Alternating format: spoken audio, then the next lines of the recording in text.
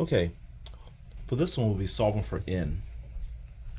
Now, the question is, how do we go from this side where we have all our numbers to this one where we only have some of our numbers? And the key question, let's go over here, is what does it take to go from this number to this number? Okay, since we're going from a small to a large, that lets us know that multiplication was used. If we went from a large to a small, then we know that's division, because division makes numbers smaller. So the question is, 12 times what gave us 60? Now, let me go through my 12 time tables.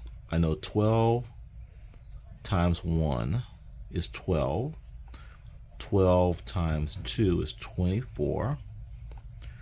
12 times 3, I can add these two, that'll give me 6. 1 plus 2 is 3, that's 36. 12 times 4 is going to be 48. 12 times 5, add 12 more here, that'll be 0, we'll carry my 1, and 12, and that'll be 6. Hey, that'll be 60.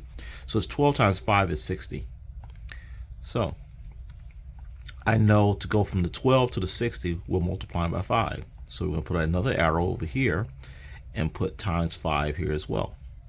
So if 12 times 5 is 60, then 7 times 5 will give us n. And 7 times 5 is 35. So that means that what we have here is a 35. So that means that's what n is. N is 35.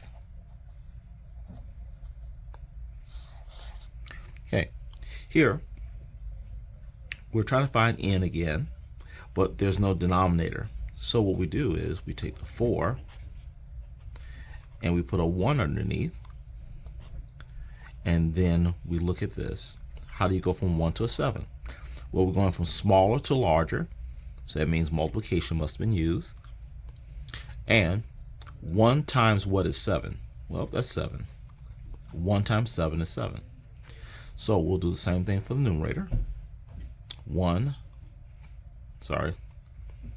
4 times 7.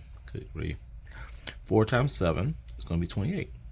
So this is a 4, a 1. That's a 28 now, and a 7.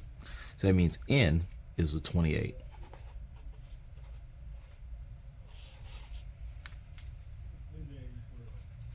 Okay, let's take a look at the next one. We're simplifying. Now, simplifying, usually divide by the largest number that you can in order to reduce the numerator and denominator. And here, 12 and 21 both can be divided by the number 3.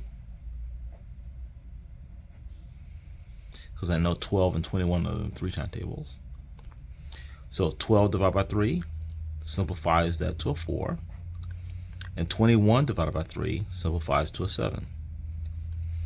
Now we look for more division.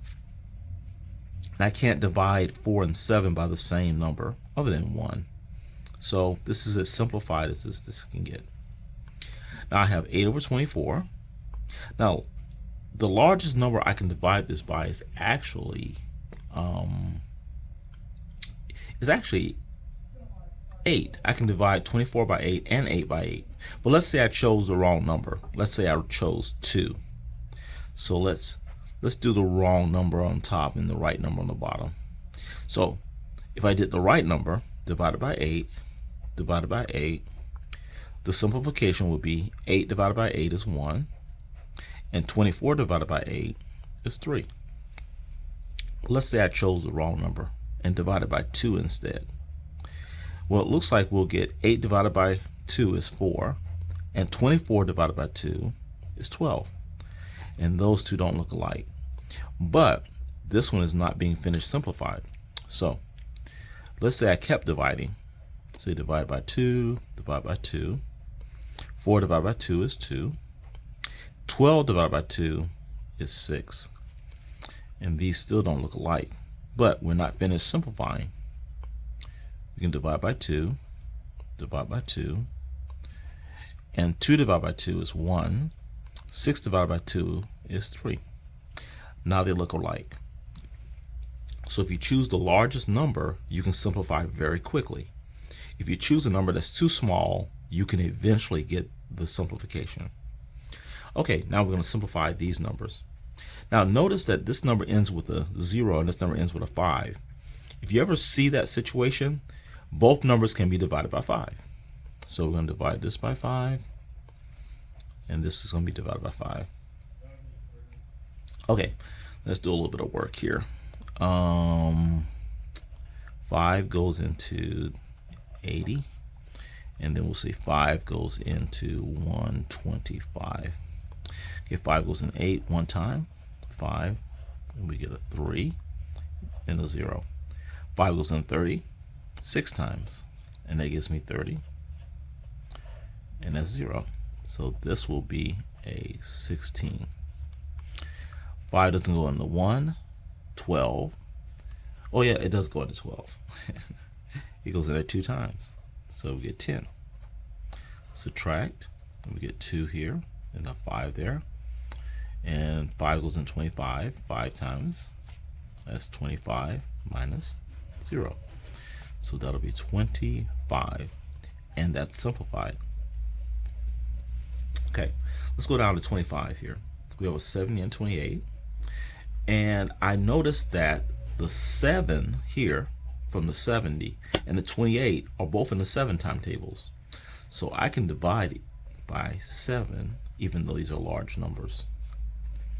So 70 divided by 7, that'll be 10, and 28 divided by 7, that's going to be 4, I believe. Now this is not simplified because we can still divide 10 and 4 by another number. So just like we had to keep going here, we'll keep going here. So divide by 2, divide by 2, and 10 divided by 2 is 5. 4 divided by 2 is 2, and that's as far as we can go.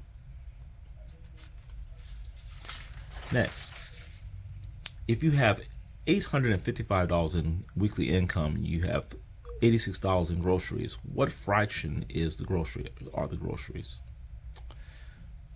It should be are the groceries. Okay, so same idea here. $100 weekly income, $43 in groceries. What is the fraction? So the fractions that we use is part over total, and this will give you fractions. So which one is the part? Well, this is everything, so that's the total. That's all your money. But this is just part of your money, your groceries. So part is $43, and the total amount of money out of these two is the 100. So that goes on the bottom. So part over total will give you your fraction.